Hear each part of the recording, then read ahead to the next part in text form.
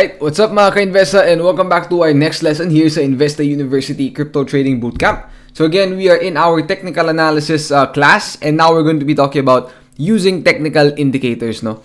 So we've already discussed trends, price structures, chart patterns, market cycles. So now again, we're going to be talking about technical indicators. So this is going to be a two-part lesson. We're going to be teaching a total of 6 or 7 indicators. For this one, we're going to be teaching 3.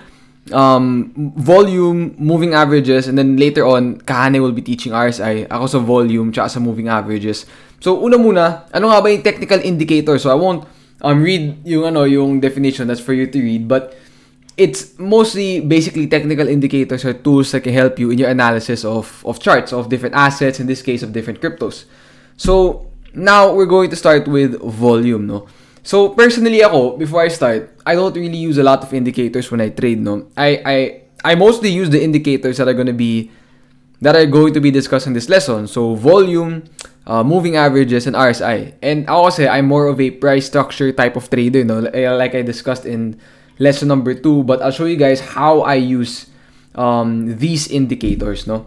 So, let's start. So, una, how to read volume. So, saan nga ba makikita yung volume, no, sa chart natin? It's actually what we can see here at the bottom part of price. Right? So, ngayon, ano tong parang blue na tubig na wave?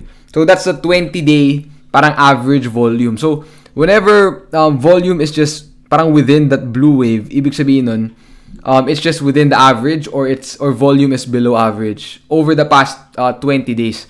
While if prices or volume rather, nagsaspike siya above yung parang blue na wave na yan, that means volume is above average. So, ano nga ba pala yung volume, right? So, volume, this indicator basically shows you how much, well, sa stock market, how much shares, right, are bought and sold, diba? So, syempre, if green yung candlestick, green din yung volume. So, that shows you na there were a lot of buy-ups, there's a lot of demand, right, buying up that specific asset, right? So, same case dito sa crypto. Right, so whenever prices are going higher, green yung candles, right? Green din yung volume. So it shows you how much demand or how much selling there is in a particular day. So how can you use yung volume indicator? So there's really different ways to use it. And there's also a certain way I like to look at it. So una muna, let's talk about confirmation of a breakout. So we already discussed ano nga ba yung breakout, right? It's a potential start of a big move. It's a potential start of an uptrend, and this is where you can make the biggest amount of money if you're able to catch the right leader in the right market cycle, as discussed by Bear. You want to get it in that advancing stage, getting it off continuation patterns, as discussed by Kahane. So, now, what you also want to look at to see if, like I mentioned kasi before, a breakout, pwede siyang hindi successful eh. Right? But a sign that a breakout na pwede talaga siyang tumuloy is if you can see above average volume on the day of the breakout and the days afterwards, no? So, in this case, we see Ethereum here is actually coming off a larger pattern pero di na nasama sa screenshot. But we see a clear breakout here.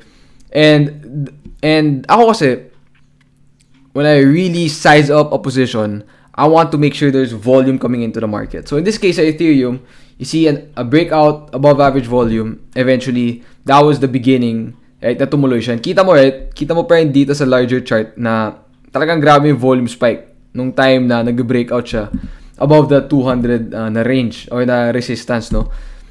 Same here, we have Matic, we have a clear sideways trend, we have a clear level of resistance here. Then once it broke out, you can see na malakas yung volume. So that's a sign na okay, hindi siya sure ball, pero mataas yung probability na tumuloy ito. Kasi nga, ang ganda ng volume. And at the time, the market was really good nung period na to.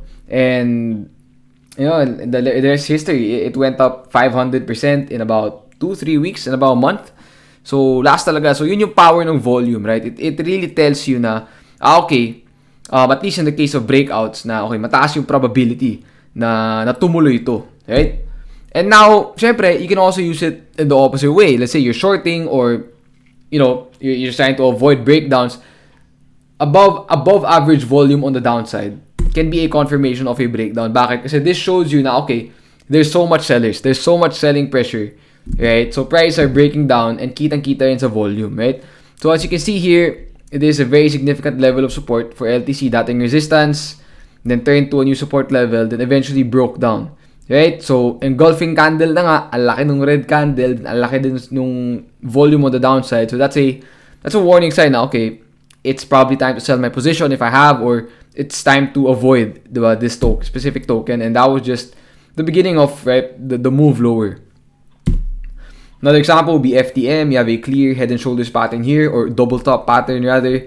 Then you can see na ito medyo downtrend na siya dito eh. Pero yung talagang confirmation of the move lower was after, or the confirmation na okay, this can move even lower pa, right? Kasi from 3 nagpiso na eh, 'di ba? Pero nag-breakdown pa lalo, and then above average on yung volume. And from there, it just lost even more, like 80% of its value pa from that point. Right? And now, ito. So now when we're looking at breakouts and breakdowns, when we're looking at volume, you don't just look at the volume on the day of the breakout or on the day of the breakdown. So obviously, when we're looking at price structures, so syempre may volume din nakasama yun, right? Syempre palagi may volume nakasama. So there's a specific type of volume activity that you like to see. And particularly, this is focusing on market leaders, right? And this is something I learned from Mark Minervini, William O'Neill. So what you want to see, right, if you're trading an uptrend, if you're trading market leaders, is you want to see low volume consolidations coupled with high volume breakouts, right? So here's an example. So here we have Mana. This was one of the strongest tokens in about mid 2021. You can see that it was simply consolidating in this flag, in this pennant, whatever you want to call it. Kasi yung kagandahan dito, you can see that volume, now while prices were consolidating here, you can see that volume was also decreasing, right? So why do you want to see low volume consolidations? Because this means that there is little supply coming into the market. Onti na lang yung sellers sa pupasok sa market. And if we see demand pick up in a form of a breakout, in a form of an accumulation type of movement, talaga makikita mo na mataas yung chance din na tumuloy siya, na market leader siya, right? And as you can see here kay Mana, yun ngayon nangyari. We have clear low volume consolidation, and then boom, sobrang lakas sa breakout, which eventually resulted in a 500% move in 3 trading days, right? Another example would be, for example, here's a Bitcoin. So you have a big move higher, and again, you don't want to be chasing prices, you want to be waiting for that consolidation. And we had it here, right? We had that consolidation here, and you can see na below average yung volume. So you have that low volume consolidation. So now you may be saying, bakit dito sa pang green na box ay highlight mo, no? Ang laki ng selling pressure nung time na yun. Right? Yes, malaki yung selling pressure nung time na yun. But yeah, we always have to take things into context, right? It was coming from a move from 900 to around 3,000. There was obviously going to be profit taking, right?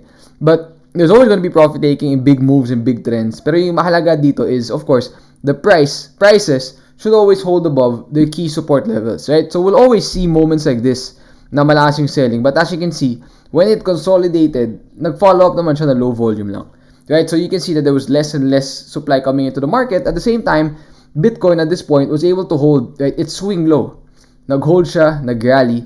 So those are good signs to me. That eventually, right, nag-breakout siya, high volume, check. So na-check yung mga checklist natin. And then, if you remember my second lesson, I taught you guys about role reversals or retests. So just to show it again, na talagang it happens all the time. Hindi mo all the time, but it happens, right? If you missed on that initial breakout, you have that retest, diba? And it held above that resistance level.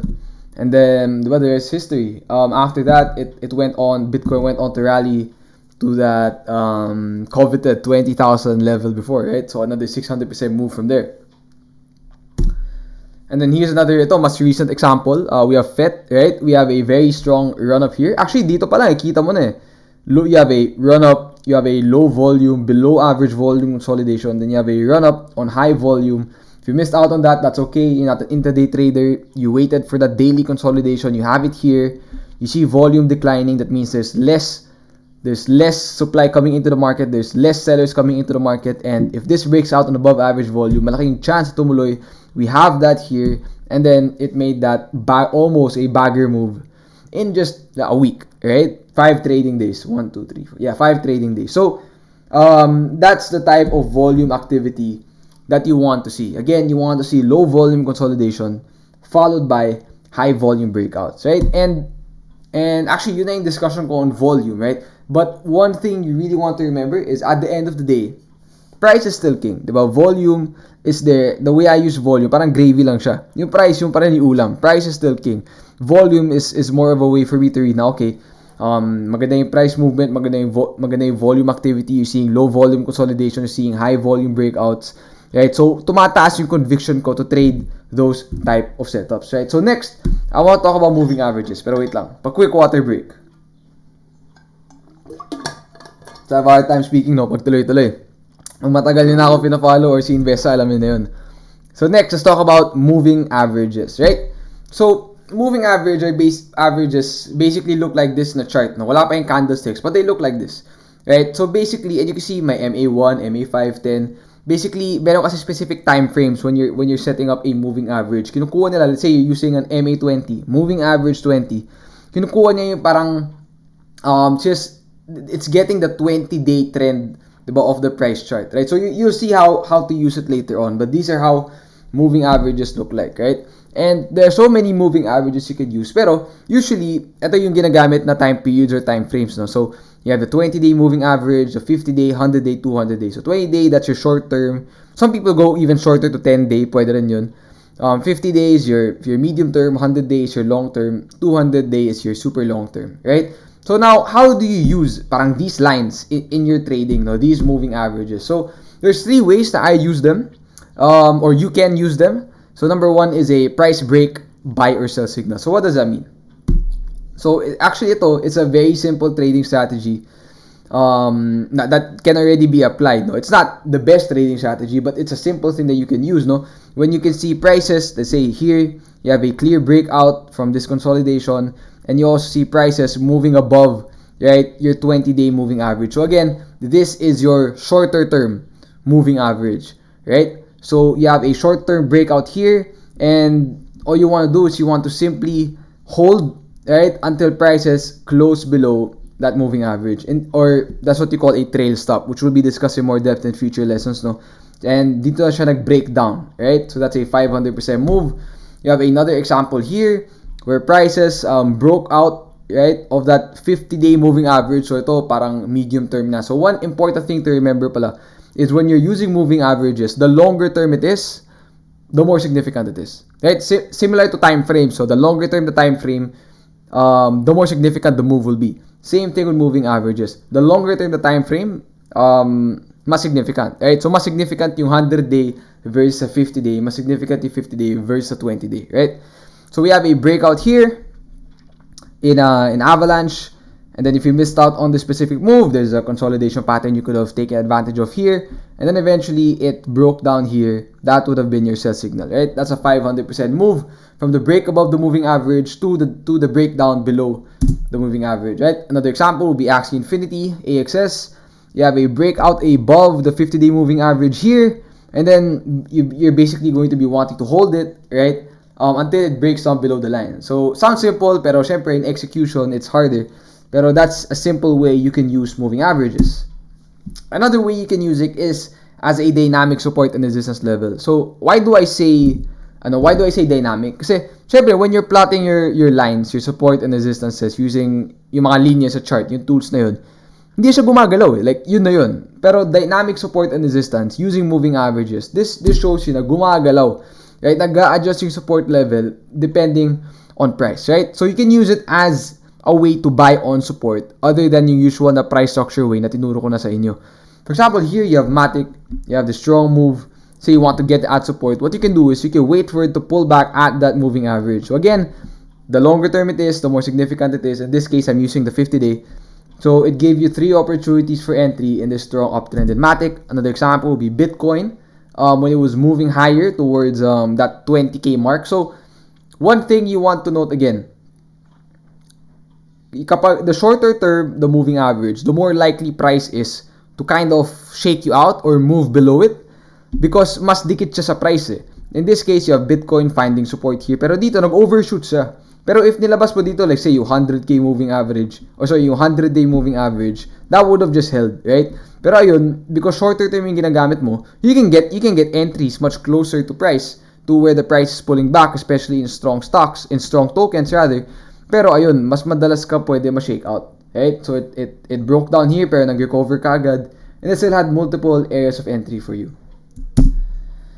And of course, it can also act as a dynamic resistance level. So in this case, I'm using the 100-day moving average here. So mas significant to na moving average, the level of resistance. So you can see here, SLP, right? always having a hard time breaking above the 100-day moving average whenever it tried to. Another example here would be Litecoin, right? Again, I'm using the 50-day. So again, same thing, right? Every time it tried to, it's like a downtrend line, pero ito mas dynamic. It adjusts based on price. So you can see na every time it tried to break above or move higher above that 50-day moving average, it usually found resistance and continued on this downtrend, right? So lastly, I'm going to be discussing how I use it as a trend filter. So quick water break again. So now, how do we use it as a trend filter?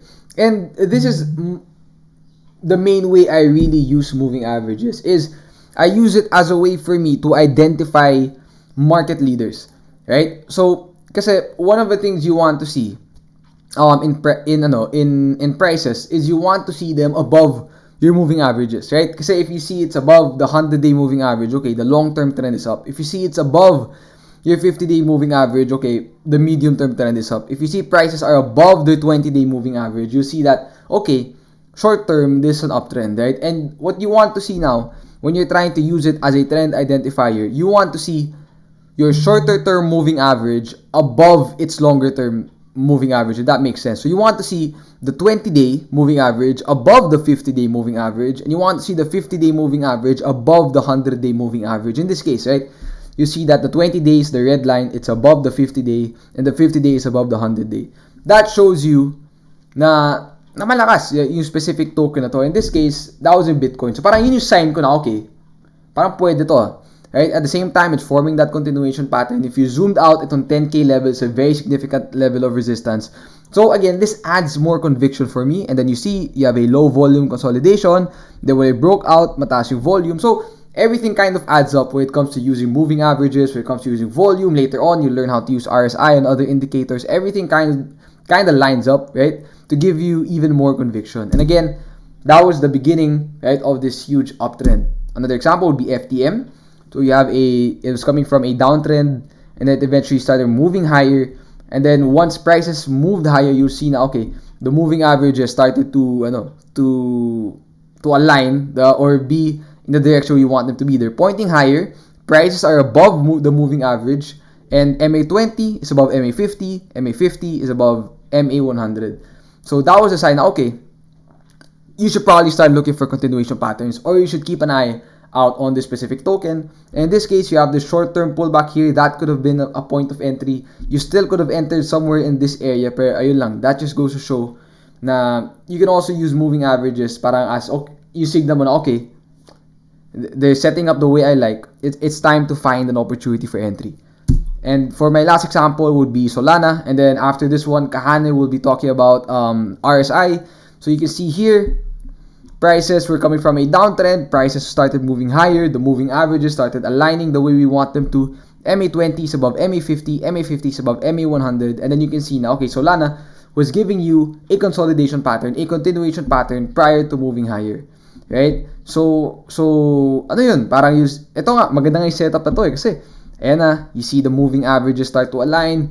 And then you also see na, okay, Solana is consolidating. Right? So it was much easier to find a point of entry here. So that's how I use moving averages, right? You can use them as, that's how you may use them if you would like. You can use them as a buy signal, a sell signal. You can use them as a trend identifier, like I just discussed, or you can use them as a dynamic support and resistance level. So that's it for my part of the lesson. Now I'd like to pass on the floor, right, to my good teammate Kahane, who will be teaching you guys or talking about how to use RSI. So thank you very much, Kahane. The floor is yours. All right, thank you for that, Toma. So now we'll talk about the Relative Strength Index, or the RSI. So this is an indicator used to identify the strength or momentum of prices. The gist of the indicator is that it compares the average gain of the crypto whenever candles close as green with the average loss of the crypto whenever the candles close as red. So the context of this is that in a strong uptrend, you'd expect positive days to have bigger gains in comparison to the losses.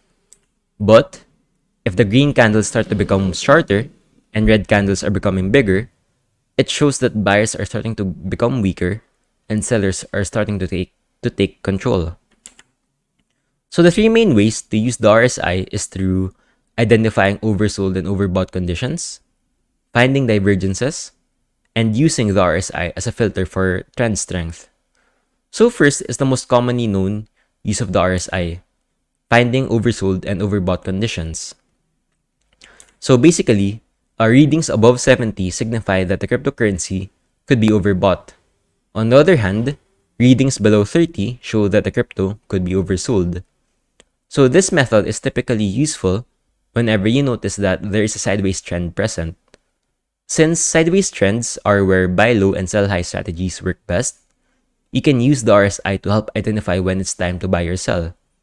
As you can see in the chart, so prices usually bounced whenever the RSI headed below 30, and on the flip side, prices also usually started going lower once RSI headed towards or above 70. And now the second method is finding divergences. So divergences can help traders spot potential turning points in the market. Divergences occur when prices make higher highs, but the RSI is making lower highs. In this instance, it's called a bearish divergence, or a sign that prices could start going lower. On the other hand, if prices are making lower lows, but the RSI is making higher lows, it's called a bullish divergence, or a sign that prices could start going higher. Bale, the main reasoning behind why divergences work is that momentum is already showing signs of weakness. So, for example, pwedeng umaakit pa yung prices, pero pagapang na lang siya ng pagapang. So, yung pwedeng analogy dito is someone trying to run a long distance. So, yung layo na tinatakbo niya, pwedeng palayo pa rin ng palayo. But eventually, mapapansin mo na napapagod na siya. Tas yung takbo niya, bumabagal na until eventually, lakad na lang yung kaya niya. Of course, pag napansin mo ng lakad na lang yung kaya niya, it's a clear sign na onti na lang titigil na siya. And likewise in the markets, once you notice that the green candles and rallies are starting to become weaker, it can be a leading indicator that buyers are losing steam and eventually mawawala na ng buyers. And of course, vice versa for downtrends. And of course, this doesn't work 100% of the time, but it can be strong enough to give you an edge in the markets. So, I wanted to note lang as well that there are variations called multiple bearish and multiple bullish divergences, where, as the name suggests, multiple divergences are occurring. And this is usually a stronger signal that a reversal or a retracement could happen soon. So lastly, the RSI indicator can also be used as a filter to find cryptocurrencies within a strong trend. So basically, if the crypto is able to stay above 50 most of the time in terms of its RSI, it's a good sign that the crypto is within a healthy uptrend. And it shows that the green candles are bigger than the red candles. So it's a good sign that buyers are in control. On the other hand, if the RSI is constantly below 50, it could be a signal that a strong downtrend is present given that the red candles are bigger and sellers are in control. So there are multiple ways to incorporate this into your screeners, or really there are multiple ways to use the RSI whenever you screen for crypto. And ideally, you'd need to experiment and look for RSI behaviors that happen the most during the setups you're looking for. So here, honestly, creativity can go a long way since there's no set formula fit for everyone. You really have to find what works best for you. And yeah, that pretty much wraps up our lesson on the RSI indicator. And we hope to see you again next time. So that's it for today's lesson. Hopefully, you guys learned a lot. And for those who are just tuning in to our crypto trading bootcamp for the first time and would like to enroll, here's 3 easy steps so you can enroll for free. Step 1 is to create an Investagrams account. You will need an account on Investa to access the quizzes and our exclusive group. Step number 2 is to join our exclusive Investa group on the platform. This is a place where you can ask questions directly to our educators and receive instructions for quizzes and activities.